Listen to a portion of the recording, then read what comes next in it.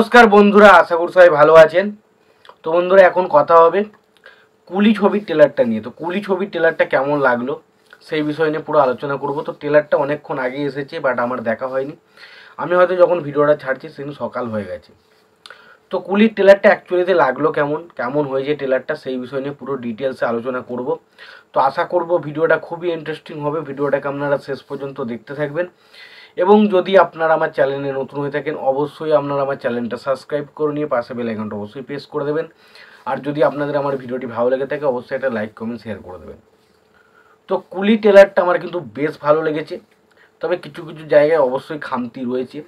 তবে আপনি যদি লোকেশ কানাগরাজের আগের ছবিগুলো দেখেন, যেমন বিক্রমের দেখেন বা লিও দেখেন, গায়ত্রী দেখেন, তো সেখান থেকে আপনার মনে হবে ভাই এই ট্রেলারটা খুব একটা সেই লেভেলের জমলো না যেটা আমরা লোকেশ কানাগরাজের সিনেমা থেকে আশা রাখি, সত্যি কথা বলছি।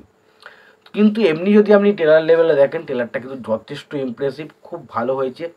এবং লোকেশ কানাগরাজের যে একটা অন্য রকমের ধাঁচ রয়েছে ছবির মধ্যে, যে একটা টিউন রয়েছে, সেই জায়গাটা কিন্তু বেশ ভালো লেগেছে।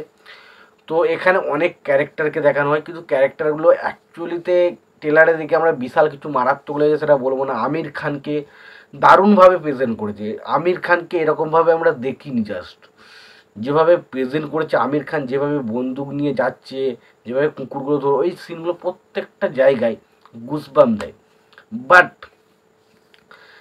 তারপরেও বলছি, নাগার্জুনার যে এন্ট্রিটা বলি, বা ওখানে আমরা রজনীকান্ত যে যে জায়গায় এন্ট্রিগুলো নেয়, তার যে সিগারেট খাওয়ার ধরন, ওই প্রত্যেকটা জায়গা টেরিফিক ছিল। বাকি সত্যরাজকে বলি বা অনেককে, মানে অনেক বড় বড় অভিনেতাদের তো কুলি ছবিতে রয়েছে, প্রত্যেকটা ক্যারেক্টারকে কিন্তু একটু একটু একটু করে দেখিয়েছে। এবং গল্প সম্পর্কে তারা খুব একটা বেশি কিছু বলেনি, শুধু এটুকু বুঝতে পারলাম একজন কুলির খোঁজ চলছে। সেই কুলির কেন খোঁজ চলছে, কি কারণে খোঁজ চলছে, এবং কুলিটাকে আসলে তাদের কি দরকার, এবং এই কুলিটা আসলে কি করার ক্ষমতা রাখে, সেই সমস্ত নিয়ে হচ্ছে সিনেমা, যেটার নাম হচ্ছে কুলি।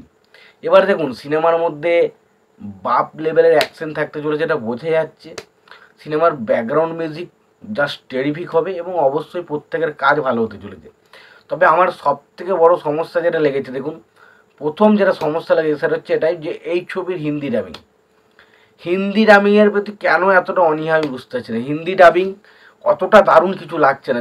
যখন একটা তেলেগু ভাষা বা একটা অন্য স্টেটের ভাষাতে যখন শুনছি, সেটা শুনতে যতটা আউটস্ট্যান্ডিং লাগছে না, হিন্দি ভাষাতে সেই ভয়েসটা, সেই পাওয়ারটা যেন নেই ভাষাটার মধ্যে, সেটা কিন্তু খারাপ লেগেছে। এবং দ্বিতীয়ত আমার যেটা খারাপ লেগেছে, দেখুন, খারাপ সেরকম কিছু লাগেনি, তবে বিষয়টা হচ্ছে, দেখুন, লোকেশ কানাগরাজের কাছ থেকে আমাদের আশা যেহেতু একটু বেশিই থাকে, তো সেই কারণে মনে হচ্ছে ভাই সেই রকম জমলো না ট্রেলারটা। তো তোমাদের কেমন লেগেছে ট্রেলারটা অবশ্যই জানিও। ভিডিওটি ভালো লেগে থাকলে লাইক কমেন্ট শেয়ার করে দিও।